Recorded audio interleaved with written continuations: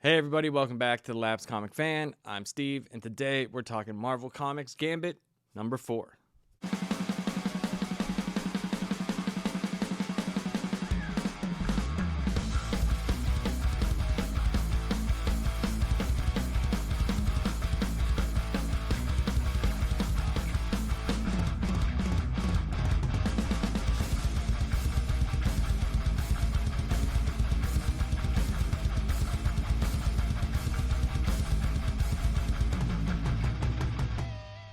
So I want to welcome all the new subscribers to the channel. Thank you very much. It's been awesome. Let's try to get to 300 before my birthday, which is February 15th. I believe it's a Wednesday, but let's try to get to 300 before then. I'm going to do like a birthday live stream like I did last year. It's dumb, but it'll be fun. And if you're not subscribed and you're watching and you like the content, if you click the subscribe button, that would be awesome. And for everybody else, put your thumbs in the upright position. All right, so we're going to get into Gambit. I'm going to show you a couple things that I bought. I got this new sweet Fantastic Four hoodie. Like it, it's kind of cool. And I bought a couple omnibuses. I wanted to finish off my collection for the Jeff Johns JSA. The first omnibus volume 1 has been so hard to get, and it's super expensive, like just ridiculous. And I had been waiting over a year for them to restock so it would go down to normal price. So I finally did order it. It won't be here for a couple weeks, which sucks, but they had an awesome sale on some Batman stuff, and I did get the first 2 volumes of the Grant Morrison Batman. Now my 3rd volume will be here in a couple days. And these are actually really nice, guys. I'll show you what it looks like. Here's with the sleeve. And what's really, really cool, without the sleeve, it's really, really nice.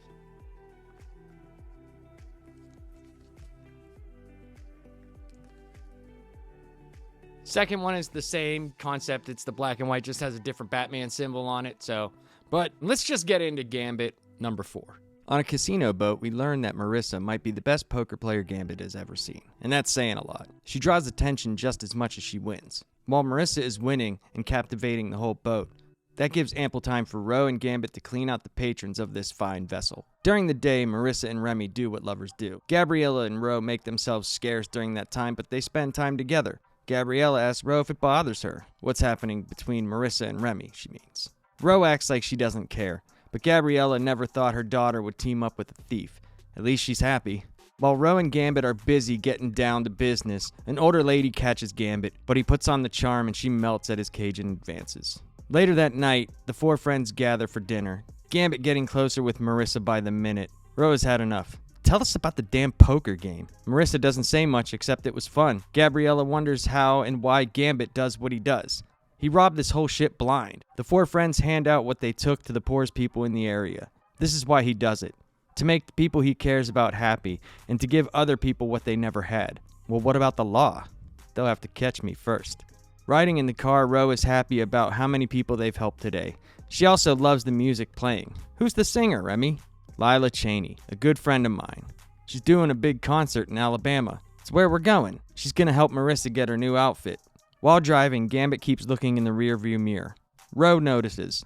Remy, you keep looking back there. What's up? Nothing, he says. We are thieves. We always keep our eyes open, so we are never surprised. At a pit stop, Marissa and Ro switch seats. Ro and Gabriella are pulled into the dream world. Gabriella doesn't want to be there. Ro says they have to be. They both have powers granted to them by Ashake, and they have to learn how to use them. Gabriella's hand catches fire, and that fire goes after Ro. After the fire dies down, her hands start to heal. Ro's lightning scar is getting bigger, and it's glowing. Ro is psyched. Let's do this again. So our party of 4.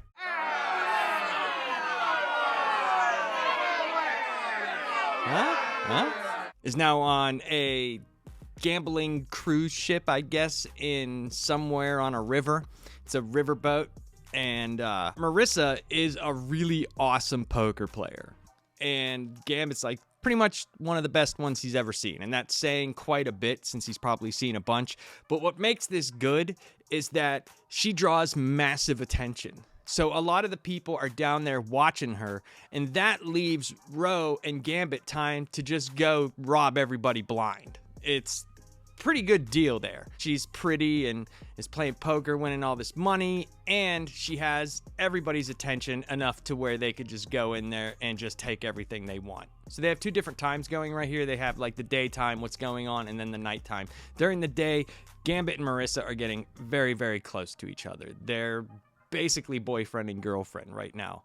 And Gabriella, Marissa's mother, it seems to be a little bit bothersome to her, and I think she wants some validation because she's asking Ro, like, this doesn't bother you with, Marissa and Gambit? And Ro's just kind of like, no, grown-up stuff, whatever. But it probably does bother her, the attention that she's not getting from Gambit. But Gabriella's like, hey, I never thought my daughter would be with a thief, but she's happy, so I can't really, fault them for that, I guess. But she seems to have some reservations about it. And at nighttime, they show them robbing the people, but Gambit gets caught by a woman. And she's like, what are you doing there, guy? And he just tells her straight up with his Cajun charm. He's like, I'm robbing the boat. She's like, I would believe you. You're dressed for it. Because, he's wearing that ridiculous-looking suit that people like. People really like the way he looks.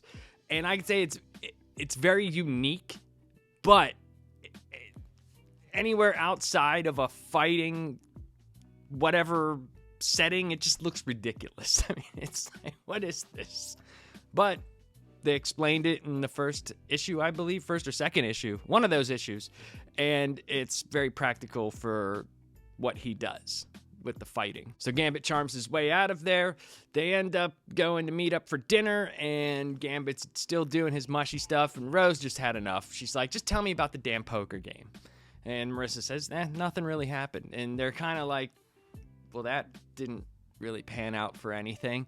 But Gabriella talks to Gambit, and she's like, why do you do this? Why do you, steal and rob all these people blind? What is it for? What do you get out of it? Well, we see that they are, in the next panel, they're bringing all of these goods and all of the stuff that they took to people in need. And he's telling Gabriella, look, I do this to make the people around me happy and to give people who never had anything, to give them something. To either they could trade it in, sell it, whatever, and take care of their basic needs.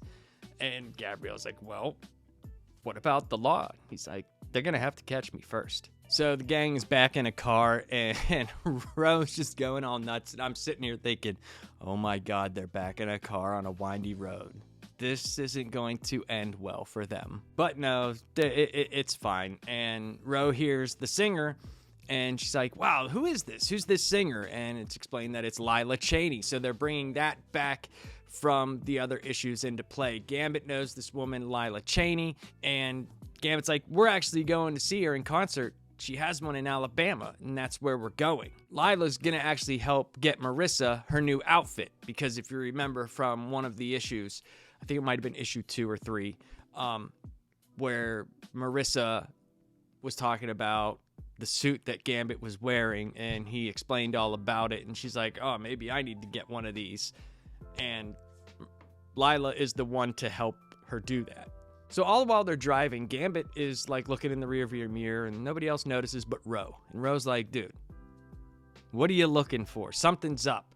And he just kind of tells him, like, no, we're thieves. We always have to be on the lookout, so we're never caught behind. We're the ones always being the hunters. So they go to a pit stop, and Marissa and Ro change seats, and instantly Ro and Gabriella are pulled into the dream world. And Gabriella wants no part of this, but Ro reminds her, like, look, we got gifts given to us by Ashake. We need to learn how to use them. And Gabriella's hands, fire starts coming out of them, and it starts going after Ro. But at the same time, her hands aren't burning, they're healing. And instantly, Ro's scar starts glowing, and she's like, I want to do this again. And it's pretty funny, because she's all into this while Gabriella is being terrified. So we got to see where that ends up going. It's got to go somewhere.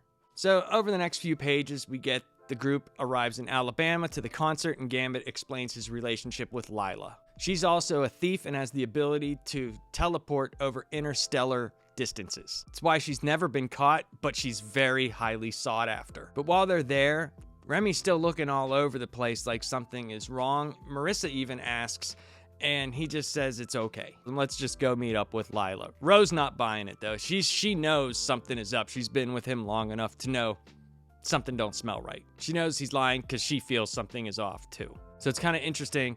Ro, like I said, has been with him for so long. She's kind of learning and picking up on the moods of things and is able to pick up on the surroundings also. She's definitely learning a lot from him and picking up a lot of the other stuff. Once she gets her powers under control, she's going to be unstoppable. And I think that's really neat that he's laid the foundation. Claremont has laid the foundation for this, and we could see her growing. So Lila meets up with them. She just jumps in Gambit's arms and starts kissing him. She's like, hey, lover, where you been? And Marissa's just not happy with that. But it's just a ruse. She's like, I'm just messing with you guys. Any friend of Remy's is a friend of mine. She hugs Marissa, thanks her for making Remy so happy. But Gambit is in full-on paranoid mode. There's women talking about him, and he's not paying attention, but Ro's just watching him. Like, she knows something is wrong. So Lila takes Marissa by the hand. She's like, so you want a suit like Remy's, but better, right? You down for a road trip? And then they just disappear. Ro finally comes out and asks Gambit, dude, what is wrong? Gambit says, nothing. Stay here with Gabriella, keep her safe. Ro looks right at him. She goes, you're hunting, aren't you? You're actively seeking out something that is either A, following us, or B, you're looking for something. He just says to her, I hope not, I really do. Solars is with Bounty and wants to know why she didn't take a shot when she had one. She tells Solars Lila's a teleporter. She would have been gone before the energy bolt left the chamber. She'll be back, though. She doesn't bail on concerts or friends. Plus, I want to see how good this Cajun is. Solars is pissed. He says he's going to deal with the mother and the girl. Bounty scoffs at him. He's no match for them. Solars walks off in a huff when he hears a weird voice. Solars is approached by a group of bounty hunters. They're rivals to Bounty, and they propose that he turns on her and they get Lila themselves and share the reward. Solars is in. He wants revenge. Remy is scoping out the grounds. He knows something feels wrong, but he doesn't know what it is. Gabriella asks Ro what's wrong. She says there's trouble here, and Remy knows something is wrong, but he can't see it, and that scares her. Getting the drop on Gambit, Bounty whispers in Remy's ear, gotcha. Spooked, Gambit turns and thinks it's Ro. He attacks the woman with his staff to no effect. Bounty counters and lays Gambit out. A fight ensues and Gambit remembers who this is. She's been after Lila forever. He can't afford to make any more mistakes, or he'll be done for. He's got to use his cards. He only needs a few seconds to charge, but she's quick and really good, and Bounty grabs him by the foot and launches him into a row of parked cars. You're good, Cajun, but not good enough. How about you quit while you're still breathing? Gambit never quits. Solars is back, and he's with Bounty, and he's kind of being, all Solarsy, just grimy and shitty, and he's like, why didn't you take the shot when you had it there, Bounty? Like he knows anything. She says, Lila is a teleporter. By the time the energy bolt would have left my gun, she'd have been gone. Plus, I really want to see how good this Cajun is. And he gets pissed. Like, he has any right to be pissed because he's such a big, tough guy who was wronged by a couple of women and a random dude. It's like, dude, your empire must not have been built on such a stable foundation, okay? So he gets pissed, and he tells Bounty he's going after the mother and the young girl. And she just laughs at him. She's like, dude, you can't take them out. You need to know your place. She's like, that would be even a challenge for me. And Solars gets mad, and he walks off, right? As he's walking off, he hears this weird voice, and he looks over, and there's this group of beings, and they tell him, like, hey, we'll go after Lila Cheney. We're rivals to Bounty, and we'll go after Lila, and we'll all share in the reward.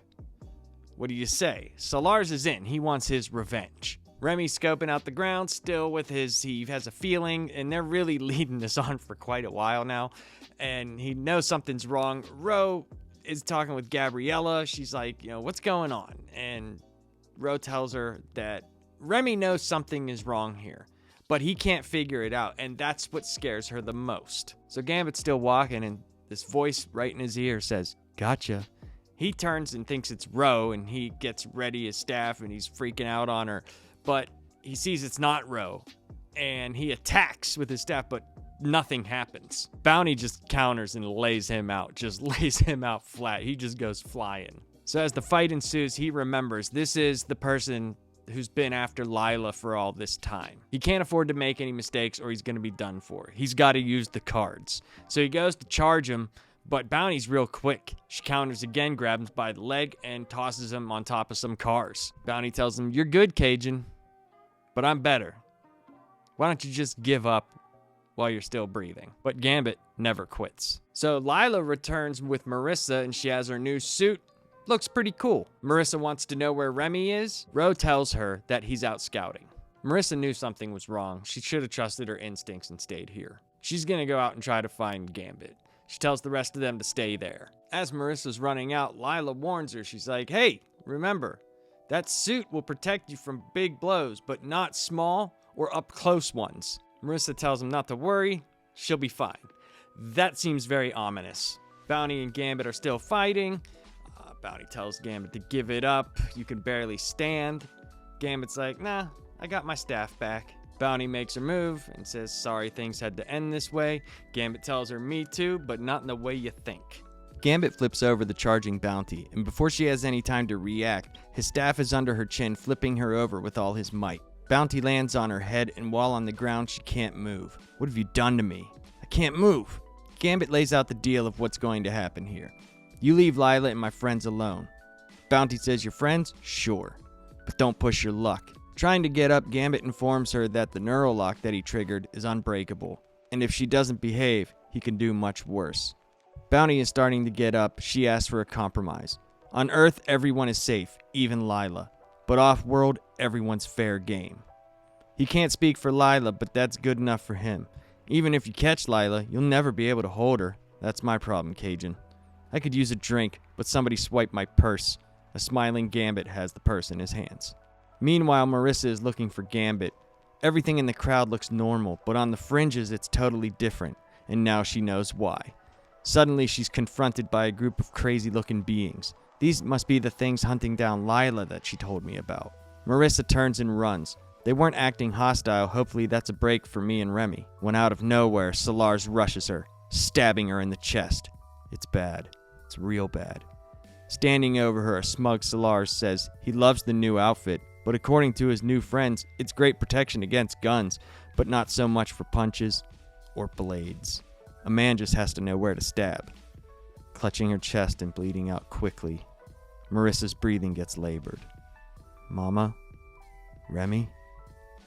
Gambit and Bounty are fighting. Gambit finally gets the upper hand. He flips over, and while he's flipping, he has his staff under her chin and flips her over right on her head and does this like neural lock on her that she can't move on the ground. So Gambit lays out a deal for her. He's like, "Listen, you leave my friends and Lila alone." Bounty says, "Your friend's fine, but Lila can't make any promises." She's trying to get up, and Gambit tells her that Neurolock, like I said, it's unbreakable. "I can make it worse for you if you don't behave." So Bounty asks for a compromise. She says, "Listen, your friends and Lila, on Earth, they're safe. Outside of the world, everybody's fair game."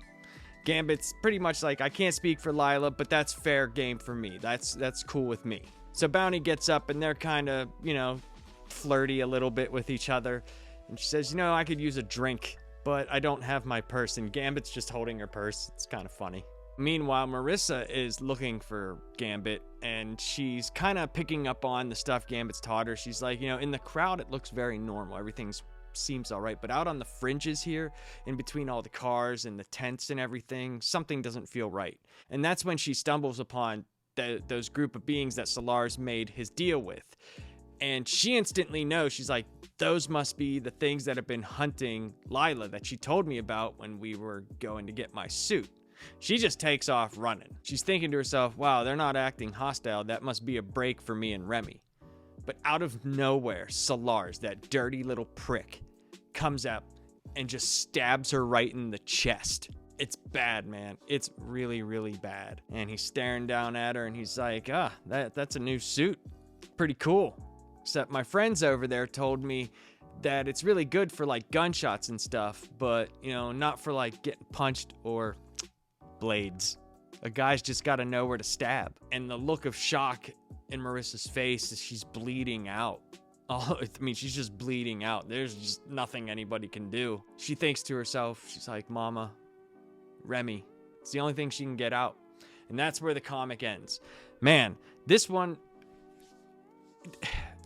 it was crazy, man. Like, I really, really like this story because you're getting to know these characters really well, and they have this little misfit team here that you want to like. You got Remy, the one who's experienced in all of this thieving stuff, and he's a mutant, and he's got these powers. There's some intrigue behind him, and he's showing the ropes to everybody. You got Ro, the impulsive one, who, with her powers, could literally be the strongest being that they've ever met. I mean, it's just ridiculous. But one of the characters that's really, really intriguing is Gabriella, because she has some powers, and we don't really know what they do.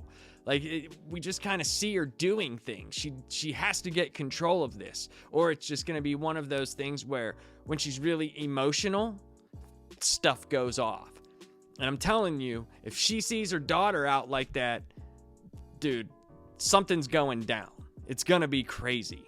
And you got Marissa. I mean, is she going to survive? Obviously, it's comics. She's most likely going to survive, but they could use her as a motivation for Remy to get these people that he loves away from this life, and sees maybe the mistakes he's making by bringing a child into it. What's going to happen whenever Gabriella sees her daughter? Is she going to hate Remy?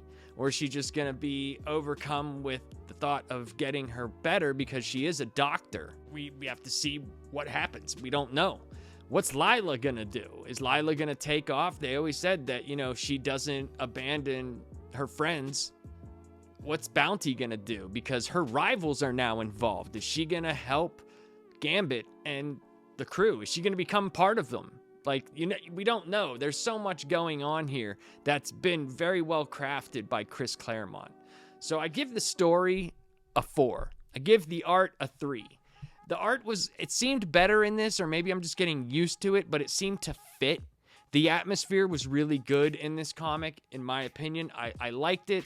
I thought it was good. I would like to know what you guys think in the comments, so just leave some comments down there, guys. It would be really cool to talk to some of you and see what you feel. Don't feel like weird making a comment. I'm never going to be a jerk to anybody unless you're a jerk to me. You know, I'm just, and even then, I'm probably not going to be.